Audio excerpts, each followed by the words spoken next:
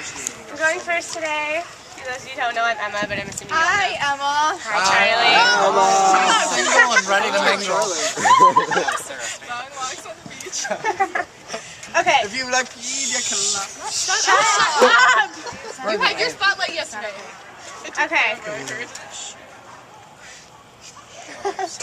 So the way I figure it, everyone gets a miracle.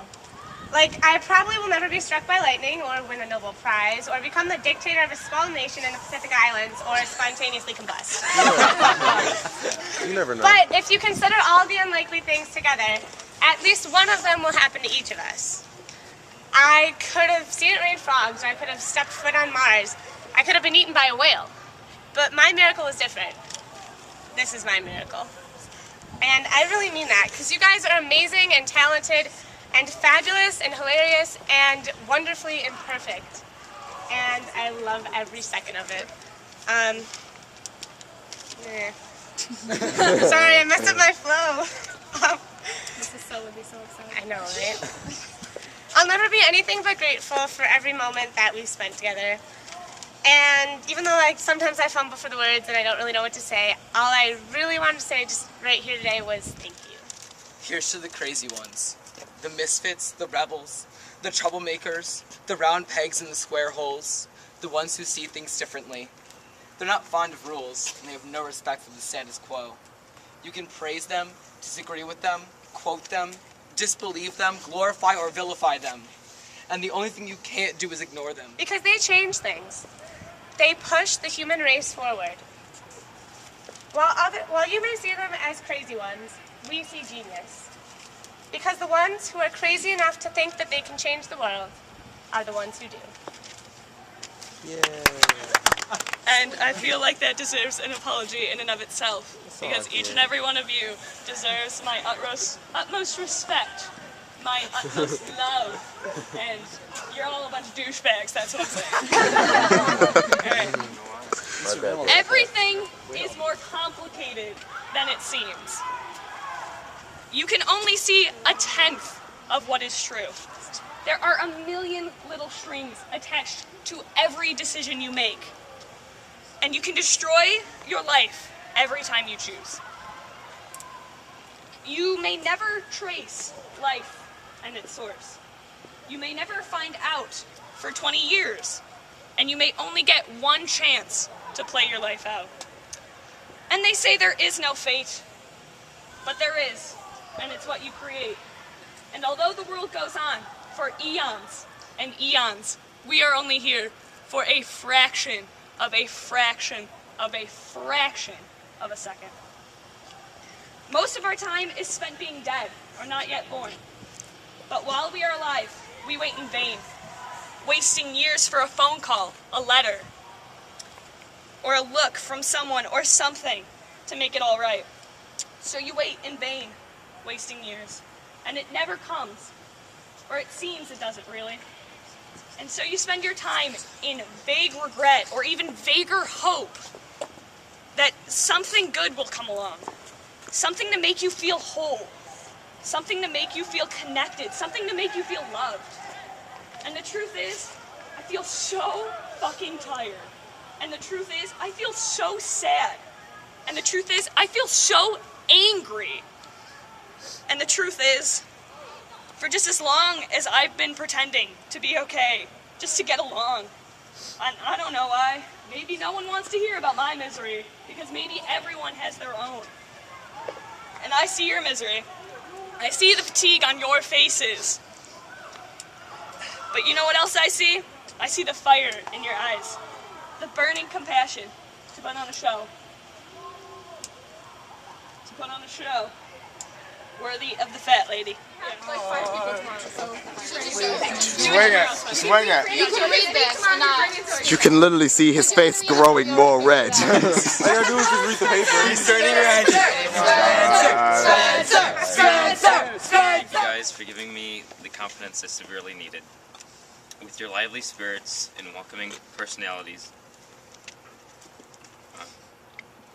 all of you have brought joy within my life the past week.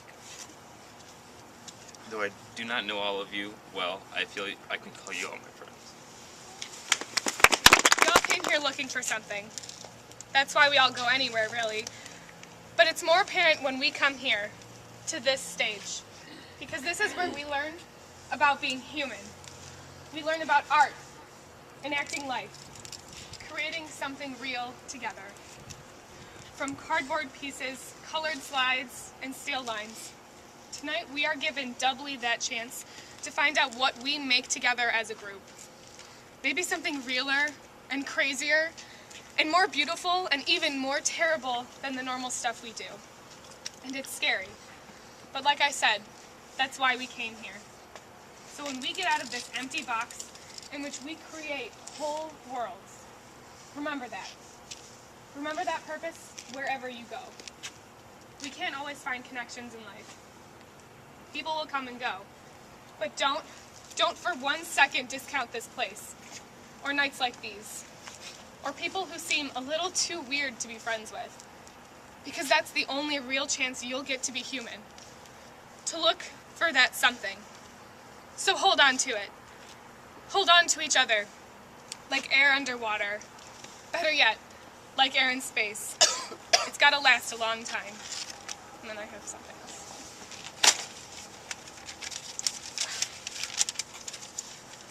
I found that something here 4 years ago, and I have truly been changed because of it. In no other group is it acceptable to make pterodactyl sounds. Or peacock calls. Or to flail limbs when you're excited, sad, stressed, and every other emotion that you can think of. You are all the only ones I truly feel comfortable around. What I'm trying to say is that I love you, and words can't even begin to describe how much you all mean to me. Where is the time gone? I swear that I'm still a freshman. I should be hearing Pat Rooney read Franny and Zoe. I don't know why, but since I was a freshman, I've been looking forward to senior year. Wow, that was stupid. I've been thinking about what I was going to say for the longest time, but I can't find the words to describe what I've been through. I can only say this. Thank you.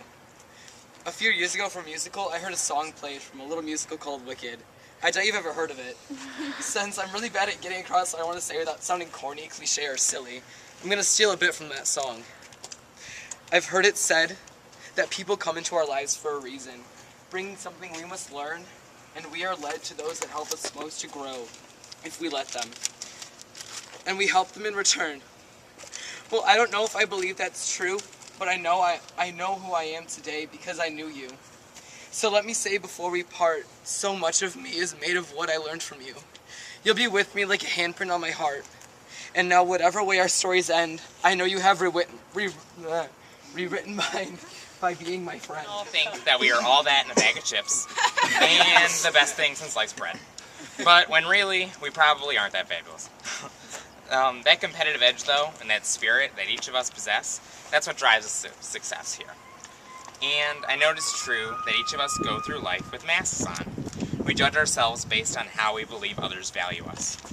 With that in mind, each of us craft a mask to hide and who we really are from each other. I have personally gone through a great deal of turmoil and strife these last 2 years, but I put on my mask so nobody, even my theater cohorts, saw the full picture. And I know unequivocally, though, that each of us does the same thing. We all have our demons, and we would rather stay hidden, so we put on our masks and try to power through daily life being fake. But Fall Play falls into all this personal drama perfectly. We spend countless hours at UD rehearsing, practicing, and trying to make something beautiful. We wanted to move beyond our personal baggage and create something that transcends us as individuals. The secret I've learned to great acting is this: learn who your character is and live and breathe as they would. That involves a good deal of letting go and forgetting all of life's shit. And just doing all that you can do. This act of letting go, relinquishing all of my tight-ass control freak tendencies, has allowed me to see who I am and live and breathe as I do. I hope in the course of this experience we've all learned that same lesson. I want to end with a wise saying from Master Yoda: there is do or do not. There is no try. We will live as we are supposed to and take off our masks, because there is no try. And I have faith in you. Franny, looking extremely tense, nodded. I don't care where an actor acts. It can be in summer stock, it can be over radio, it can be over television. It can be in a goddamn Broadway theater, complete with the most fashionable, most well-fed, most sunburned-looking audience you can imagine. But I'll tell you a terrible secret. Are you listening to me? There isn't anyone out there who isn't Seymour's fat lady. That includes your Professor Tupper, buddy. And all his goddamn cousins by the dozens. There isn't anyone, anywhere, that isn't Seymour's fat lady. Don't you know that? Don't you know that goddamn secret yet? And don't you know? Listen to me now. Don't you know who that fat lady really is? Ah, buddy. Ah, buddy. It's Christ himself. Christ himself, buddy. For joy, apparently, it was all Franny could do to hold the phone, even with both hands. For a foolish half minute or so, there were no other words. No further speech. Then, I can't talk anymore, buddy. The sound of the phone being replaced in its catch followed.